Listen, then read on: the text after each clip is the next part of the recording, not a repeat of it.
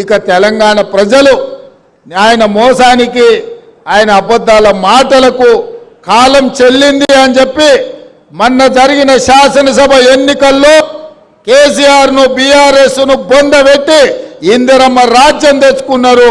అందుకే ఈరోజు ఇచ్చిన మాట నిలబెట్టుకోవడానికి ఇంత బ్రహ్మాండమైన కార్యక్రమం ఇవాళ ఖమ్మం జిల్లాలో భద్రాద్రి రామచంద్రుడి ఆశీర్వాదంతో ప్రారంభించుకున్నాం.